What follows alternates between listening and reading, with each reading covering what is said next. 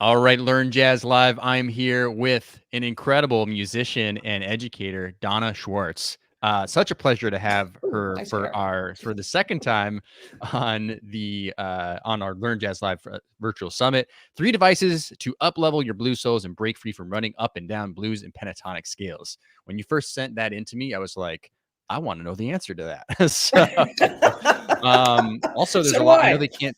Let's see if I zoom out a little bit for a second. Oh, there it is. A There we lot of go. Good. people always comment on your wonderful lamp with the even my assistant Venus was just saying, "Whoa, Donna's lamp with the saxophone is amazing." So, you Yeah, know, let me answer those questions too, because I know I get those comments also. And I don't have any handy skills whatsoever. But a friend of mine, a dear friend of mine, gave that to me as a gift.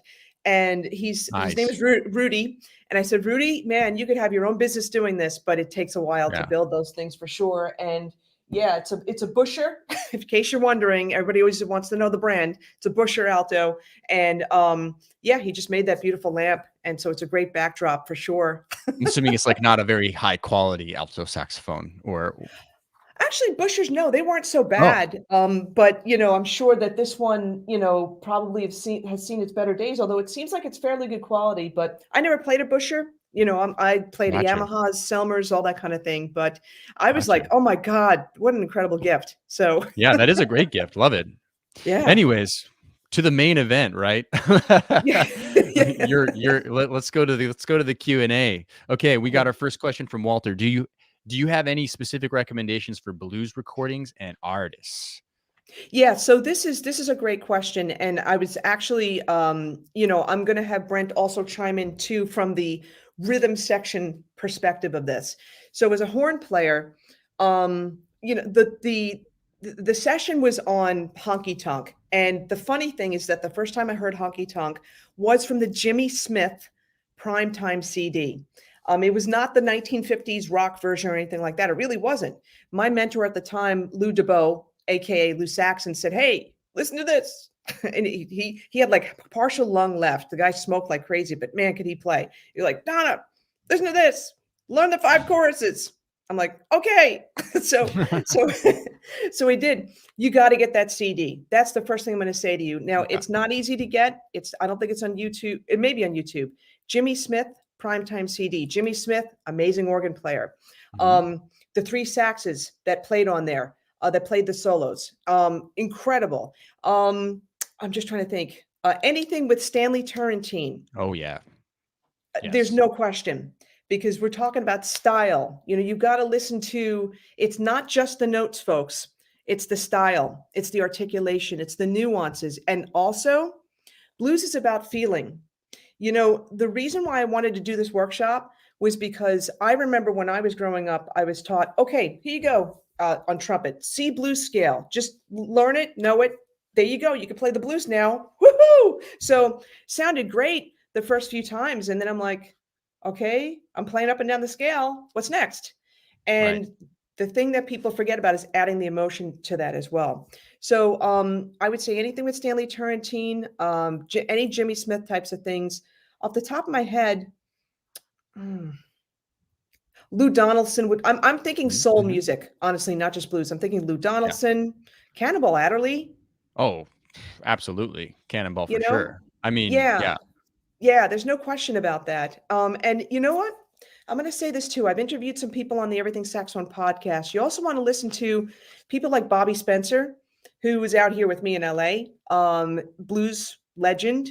Vanessa Collier is, I don't want to even say up and coming. She's on the scene. She's incredible. She's on the East Coast. Great blues player. I saw her live as well. I would check out some of those folks. Awesome. I think those are all great, especially in the jazz and just the blues and all that stuff that you mentioned.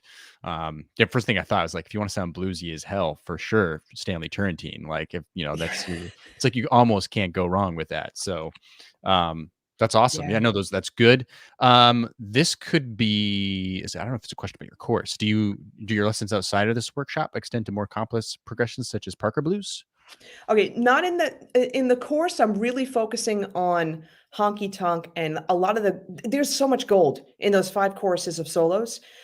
In terms of outside of that, I have my Improv Made Easy course, but that's it's not like I'm harping on how do I want to word this? That's people get to choose their own tune for that. So if people decide to choose a Billy's Bounce or Blues for Alice or something like that, we talk about that for sure in that course. But it's not in the course I'm recommending. And I don't really have a course for like more complex blues progressions. So I'm honestly, I really don't have something like that. In those kind of situations, I usually just have people studying with me one-on-one. Got you. Cool. Okay. Here's a question for you. You talk a bit about scales. Let me get this in the chat. Any tips for how to use scales so they don't sound like I'm just playing scales? Yeah. Okay. Yeah, for sure. And this is something that I do cover in that course. I also cover it in my Improv Made Easy. This is something that I do often with my students. Yes, you have to learn the scale first. Mhm. And here's a big bonus tip: get your pencil and paper out. Yes, I'm old school. Do not memorize fingerings. Do not learn that scale by memorizing fingerings. And if you're on a Mm, fretboard, I remember I took bass guitar for a little bit, a long time ago, and 2 4 1 2 4 1 3 4, right? That's major scale right there. Oh, I could play any scale by doing that. Or, oh, I'm just going to memorize the fingering on a saxophone or on a trumpet, and I've got the scale. Guess what? You don't. Because most people that go by memorizing scales by fingerings don't have any clue what notes they're playing. They really don't. And I know this because I've seen this with students, private students and online courses. That's the first thing. Know your scales really well. Move around the scale. Don't seriously, don't just play it up and down. There's so many great backing tracks on YouTube. And also, I know Brent, and I bought this myself from Learn Jazz Standards. He's got the Band in a Box files. mm, Get Band in a mm. Box, right? Take one of those blues tracks that are in there, and you could even, what do you call it? Loop something or create your own track or whatever. Keep it on one chord, like let's say a G7 chord, or let's say my G7, so concert F7. And instead of just, hold on a second. Now, I apologize. My whole mic system is not working, so I'm on my iMac microphone, so it's not going to be the best quality. Sorry, but instead of just going, let's say it's a blues scale, right? No, let's say it's my G7. I'm not blasting out the levels, am I? No, it sounds good. No, you're fine. Okay, so I wouldn't just go. I wouldn't just keep doing that.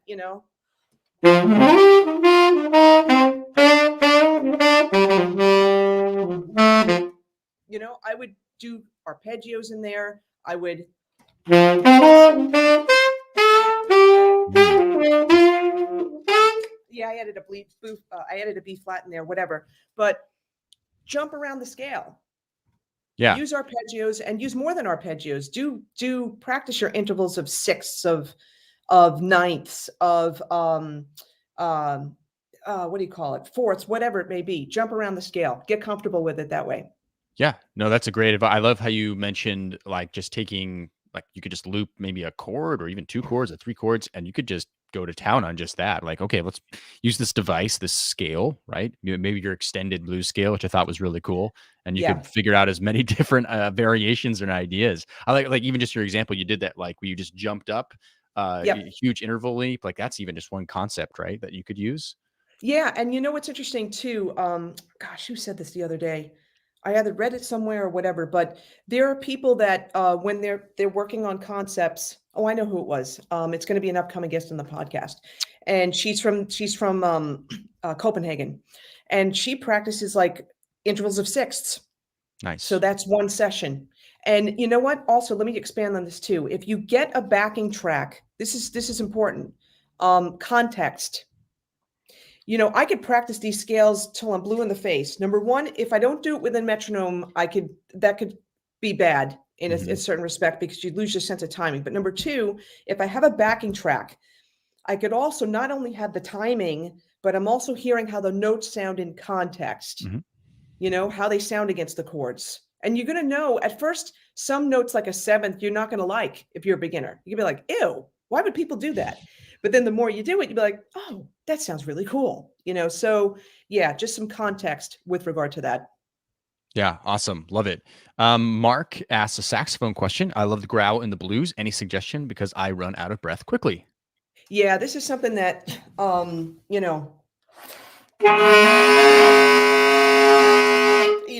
it's long tones. It's honestly, you're not going to get this right away. You're not. It's going to suck. It's going to sound terrible at first. It's going to take you a long time. You're going to feel like you're going to get a little bit of a sore throat. So here's what I would suggest. Number one, if you are a beginner on your instrument, do not do this, because this is something that is a little bit more advanced. You've got to work on your tone. You got to have a good tone first. Hmm. And a lot of people, what they tend to do when they growl is they drop their jaw, and that you don't want to do that either. So after we passed that, right? So you're, like a little bit more intermediate level player. Pick like a mid-range note. I just did a B flat right here. It's like you're doing a long tone, and for not more than like 1 to 3 minutes per day, practice growling. Hmm. And you're going to be pushing the air more for sure. You need a little bit more breath support, but don't go any further than that to start with. Don't spend 5 hours, because yes, you will get a sore throat and you Hmm. still won't get it yet. Don't expect to get it right away. And don't, for me, as a woman, I can't obviously sing that low. The guys will have the advantage playing down here, around that low concert F and stuff like that. Pick a note that's you're adding the octave key with. If it's a saxophone, if it's a trumpet, yeah, you could still go from like low C up to C. You're fine over there. Most people can sing in that range, but don't overdo it, because then it's not going to be fun. So it's kind of like working out. You shouldn't just, go from not working out to like, you know, I feel like I've 250 made that pounds. mistake before. I'm like, you know what? I'm going to start lifting weights. And then like one day later, I'm like, oh my gosh, like I can't work out for another 3 weeks because I just tore my muscles to shreds. Yep. And then I Exactly it. stopped doing it. I went back to cardio. All right. And then we Anyways, um, okay.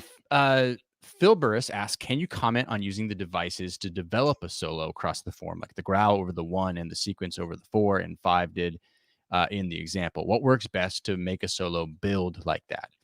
I think it's a That's an question interesting. around how do you develop the solo, all these devices you presented.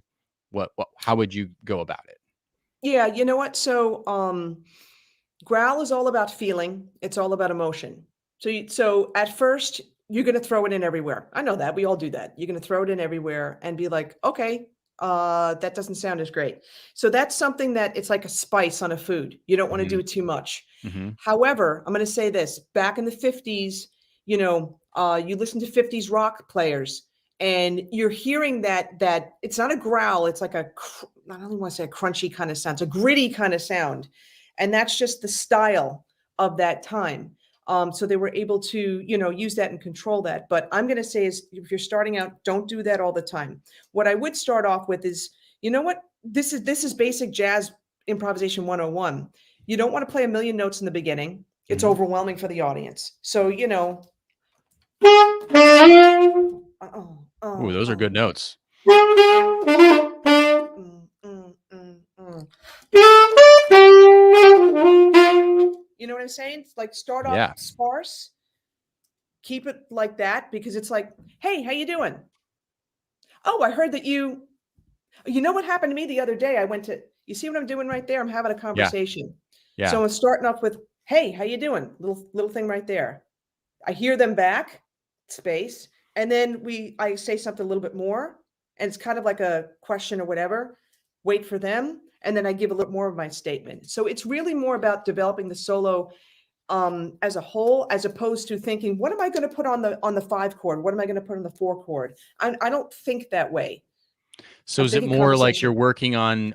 you're working on these different devices, while you're practicing and stuff like that, and then you know them, you understand them, you've practiced them, you have some familiarity, and then when you're actually going out to solo, like these will come out. They're not necessarily a planned thing. It's just like I Oh now God, know yeah. this.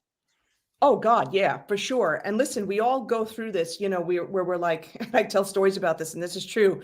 Oh, I learned this awesome lick. And then you go out to perform it in front of people and it doesn't come out. Hmm. It's like, Yeah. it's the worst feeling. You don't want to pre-plan. But remember, here's the thing. We practice jazz improvisation. whether it's blues, it doesn't matter. Rock, blues, doesn't matter. We practice improvisation.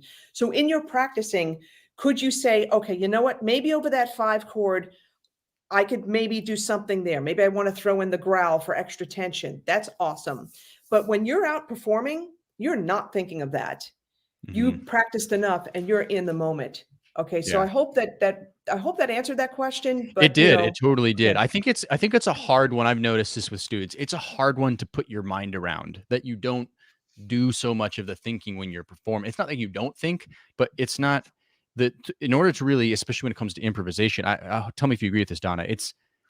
It's almost counterproductive to be thinking too critically about what's happening or what you're God, doing. yeah. You're It's like not kidding. it's almost like, and I feel like it's almost like if anybody's ever practiced like meditating before, it's like you practice meditating and then immediately a thought comes in your head and you're like, and then you have to the practice is to try to go back to whatever you're trying to get, your breath or your mantra. That's so hard. Have you ever tried? Oh I think yeah. it's hard. So, but it's the same thing with performing. It's sort of like you're trying to come back. It's like, well, doesn't matter what I have to play over the G7. Like, let's just see what happens, because the stuff you've been practicing hopefully is going to come out.